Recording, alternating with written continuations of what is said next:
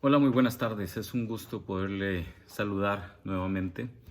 En esta maravillosa tarde quiero compartir con ustedes un texto de las Escrituras que a mí personalmente me encanta y sé que es un texto que ha marcado la historia de la iglesia, la historia de la predicación y la historia de muchas personas. El texto es sobre Isaías 53, versos del 1 al verso 7. Y lo he titulado el día de hoy, Jesús en tus zapatos. ¿Sabe qué es empatía? Vamos a ver, empecemos por ahí. Empatía es un sentimiento de identificación con algo o con alguien. Es la capacidad de identificarse con alguien o compartir sus sentimientos, dice el diccionario de la Real Academia Española. Todos queremos empatía, alguien que se ponga en nuestros zapatos, alguien que se ponga en nuestro lugar, que reconozca nuestra realidad, nuestros sentimientos, nuestro sufrimiento, nuestro dolor, o nuestras alegrías, o nuestros temores, nuestras necesidades. El libro de Isaías profetiza de un modo dramático lo que experimentaría el Señor Jesús, el siervo de Jehová. Y hoy quisiera que tratemos de ponernos primeramente en sus zapatos y entendamos lo que nuestro Señor Jesús padeció en la cruz del Calvario. Mientras leemos al profeta, seamos testigos de su asombro. En el libro de Isaías 53, versículo 1 al verso 7, Isaías dice de esta manera: ¿Quién ha creído a nuestro anuncio? ¿Y sobre quién se ha manifestado el brazo de Jehová? Subirá cual renuevo delante de él, y como raíz de tierra seca, no hay parecer en él ni hermosura. Le veremos, mas sin atractivo para que le decíamos, despreciado y desechado entre los hombres, varón de dolores, experimentado en quebranto, y como que escondimos de él el rostro. Fue menospreciado y no le estimamos. Ciertamente él llevó nuestras enfermedades y sufrió nuestros dolores, y nosotros lo tuvimos por azotado, por herido de Dios y abatido. Mas el herido fue por nuestras rebeliones, molido por nuestros pecados. El castigo de nuestra paz fue sobre él, y por sus llagas fuimos nosotros curados. Todos nosotros nos descarriamos como oveja, cada cual se apartó por su camino. Mas Jehová cargó en él el pecado de todos nosotros, y angustiado él y afligido, no abrió su boca. Como cordero fue llevado al matadero, y como oveja delante de sus trasquiladores enmudeció, y no abrió su boca. Este texto es impresionante y nos habla de lo que Jesús sufriría horas antes y en la cruz del Calvario para una muerte cruenta y dolorosa. Veamos en primer lugar la descripción de asombro del profeta. Él dice: ¿quién ha creído a nuestro anuncio? El profeta está abrumado, tiene que predicar un mensaje que nadie le va a creer. Él puede ver que no hay nadie sobre el cual se ha manifestado el brazo de Jehová de esa manera, que se manifestará en el Mesías, en el ungido, que va a ser el Cristo Jesús. Este Mesías va a subir como un renuevo, como un árbol que fue cortado, y va a salir un tallo. El libro de Isaías capítulo 11, verso 1, ya lo había profetizado. Él había dicho: saldrá una vara del tronco de Isaí, un tronco que aparecía estaba cortado, pero va a tener un brote. Un vástago retoñará de sus raíces. Y este vástago va a ser profetizado una vez más en Isaías 53. De Israel parecía que ya no se levantaría rey, pero en Judá, de la raíz de Isaí, de la raíz del tronco del rey de David, se va a levantar un nuevo rey, Cristo Jesús. ¿Sabe qué? Hoy el profeta estaría asombrado todavía. No solo en aquel tiempo se asombró de que nadie le creía, también en aquel tiempo se impresionó de que nadie podía atender a su anuncio. Hoy también, ¿cuántas personas realmente están creyendo a este anuncio? Para ellos, Jesús es simplemente casi un chiste de la historia, casi una locura. Esa es la realidad de muchas personas. Para algunos Jesús es solo un profeta, alguien que se esforzó, y hay algunos teólogos hasta dicen que Jesús estaba totalmente engañado y que él se esforzó para ser el Mesías, pero fracasó rotundamente. Esto es lo que muchos piensan, y hoy Isaías también estaría asombrado y diría: ¿quién ha creído a nuestro anuncio? La incredulidad del mundo es tal y fue tal que niega lo evidente. Ahora, ¿qué era lo que aquel profeta veía y que nadie le creería? Veamos el retrato que él hace del siervo del Mesías, porque primero lo que hace es retratar al siervo de Jehová, al Mesías. ¿Qué nos dice él? Nos hace una descripción que es sumamente impresionante, entre los versículos 3 y el versículo 7. Vamos a ver. Ya leí el texto, pero permítame citarle algunas palabras que aparecen en estos versos. Todas estas palabras en español fueron traducidas en un participio. En otras palabras, son palabras simples, una forma verbal que cumple la función del adjetivo, es decir, que sirve para calificar a un sustantivo. O sea, todas estas son calificaciones que el profeta da sobre el Mesías. ¿Qué nos dice? Dice que es despreciado, desechado, experimentado en sufrimiento, menospreciado, azotado, herido, abatido, afligido, molido, angustiado, y una vez más repite afligido, llevado al matadero. Nota, todas son terminaciones en ado, en ido.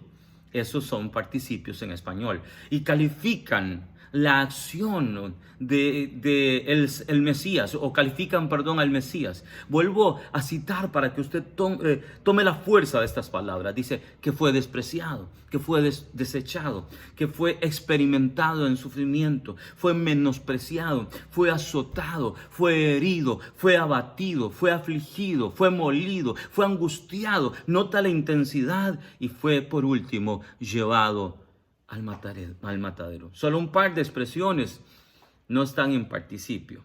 Él llevó nuestras enfermedades y sufrió, nuestros dolores. Lo reitero, llevó nuestras enfermedades y sufrió nuestros dolores. Estos son verbos, son acciones. Él, de verdad, Cristo Jesús, llevó sobre sí mismo todas nuestras enfermedades y también sufrió todos nuestros dolores.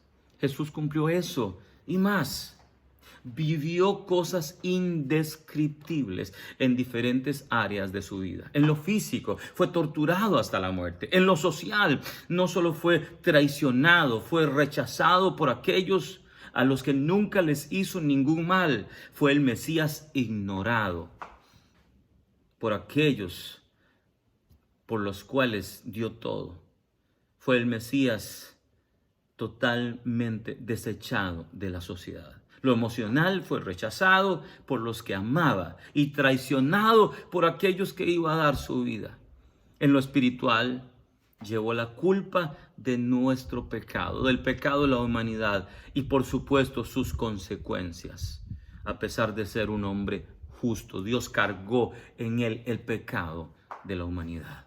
Es impresionante la descripción que nos hace Isaías, un profeta del siglo VII antes de Cristo. Parece que estuviese ahí y lo hubiera visto. Y sí, posiblemente con sus ojos espirituales lo vio. Escuchemos ahora la imagen que él pinta del pueblo de Dios, o el pueblo de Judá, el pueblo que lo rechazó. Así como describe al Mesías, también describe al pueblo. Y esta es una imagen impresionante del fracaso de la nación. Pero es una imagen que también nos incluye a nosotros. Incluye una descripción muy detallada. Observe que siempre es en la primera persona plural. Es decir, el profeta se incluye a sí mismo. Dice: nosotros escondimos de él el rostro. No lo estimamos. Llevó nuestras enfermedades, llevó nuestros dolores y nosotros lo tuvimos por azotado. Fue castigado por nuestras rebeliones, castigado por nuestros pecados, castigado por nuestra paz. Todos nosotros nos descarriamos como ovejas. Cada uno se apartó tras su camino. ¿Lo nota? Así como describe extraordinariamente los sufrimientos del Mesías, también describe el fracaso no solo de Israel, no solo de Judá, también el fracaso de cada persona de esta tierra a la cual fue enviado el Mesías y que perdió terriblemente su camino. Caímos en pecado, nos alejamos de Dios, hicimos cosas terribles. Ahora bien, lo impresionante de esto no es que solo describe a Judá, como le decía, describe nuestro fracaso, describe nuestra culpa, describe nuestro dolor, describe nuestra insuficiencia. Este texto pinta con lúgubres colores la culpa de la humanidad. Como hemos visto, el cuadro que nos pinta el profeta de esta humanidad es lo deplorable. Y tenemos que decir que esto es cierto. Hemos hecho esto. Todo lo que el profeta dice, sí, y mucho más. Ahora, debemos preguntarnos, ¿por qué lo hizo? Si la culpa era nuestra, ¿por qué Cristo fue a sufrir a la cruz? Hay varias razones. La que nos dice el texto, salvarnos, lo cual es cierto. Por amor, también es cierto. Pero hay una razón más importante, poder compadecerse de nosotros. Esto es lo que dice el escritor de Hebreos. Permítame citarlo un momento. El capítulo 4, verso 15. Dice, porque no tenemos un sumo sacerdote que no pueda compadecerse de nuestras debilidades, sino uno que fue tentado en todo según nuestra semejanza, pero sin pecado. ¿Lo nota? ¿Para qué? Para poderse compadecer. Alguna de las palabras griegas que aparece aquí es muy interesante. La palabra usada para compadecerse, según la concordancia Strong de palabras del Nuevo Testamento, dice que es sentir simpatía, por implicación, conmiserar.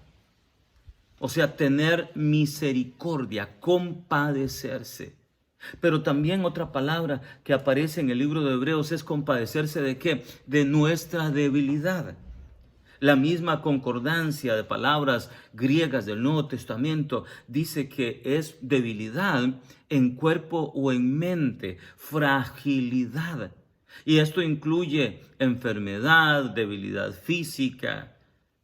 Así que Él puede compadecerse de nuestra fragilidad. El mismo libro de Hebreos en el texto anterior, vuelvo a leerlo para recordarle, dice, porque tenemos un sumo sacerdote, y yo pondría entre paréntesis para que se entienda mejor, el Cristo. Tenemos un sumo sacerdote que pueda compadecerse, o sea, tener misericordia, tener empatía, ponerse en nuestros zapatos de nuestras debilidades o de nuestra fragilidad física, emocional, espiritual. Dice que Él fue tentado en todo, según nuestra semejanza, pero sin pecado. La palabra que aparece aquí en el libro de Hebreos implica probar.